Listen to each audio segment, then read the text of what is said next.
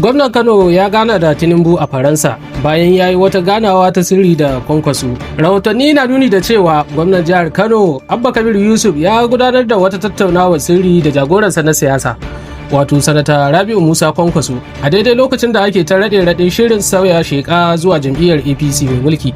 Jaridar Daily Nigeria ta ruwaito cewa zaman ya gudana ne da daddare ranar Talata a gidan Kwankwaso da ke Mila Road a Kano. Majiyoyi sun ce gwamna ya isa gidan Kwankwaso a tsakar dare a cikin mota tare da wani wakilin siyasa da aka bayyana da sarkin gobe. An ce taron ya ɗauki sama da awa guda ana tattaunawa. Rahotanni daga ciki sun nuna cewa ziyarar gwamnan Yusuf na da alaka da yunkurin karshe na shawo kan Kwankwaso ya bi sahunsa zuwa jam'iyyar APC mai mulki, wai bisa umarnin shugaban ƙasa Bola Ahmed Tinubu.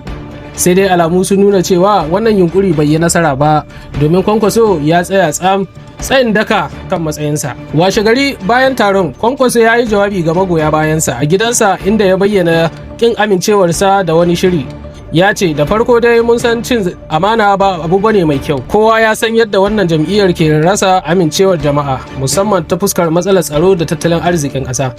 Ya ƙara da cewa mutane kan ce kowa yana da farashi, idan kana neman wanda ba shi da farashi to ka zo wajen Rabi'u Kwankwaso. Majiyoyin sun ce shirin gwamnan Yusuf na sauya sheka ya fuskanci turjiya mai karfi daga tushe, duk da cewa wasu 'yan majalisar NNPP a matakin jiha da tarayya da kuma wasu shugabannin ƙananan hukumomi sun riga sun koma jam'iyyar ta APC. A cewar bayanai daga cikin jam'iyyar, yawancin magoya bayan NNPP a Kano sun ci gaba da nuna biyayya ga Kwankwaso, lamarin da ya jefa shugabannin APC cikin damuwa. Wani majiya ya ce shugabannin APC na sa ido sosai kan abin da ke faruwa a Kano.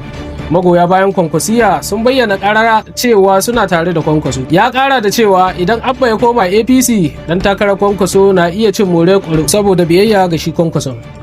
Bayan taron da aka yi a Kano, rahotanni sun ce gwamnan Yusuf ya tafi ƙasar Faransa ranar Juma'a domin ganawa da shugaban ƙasa Tinubu.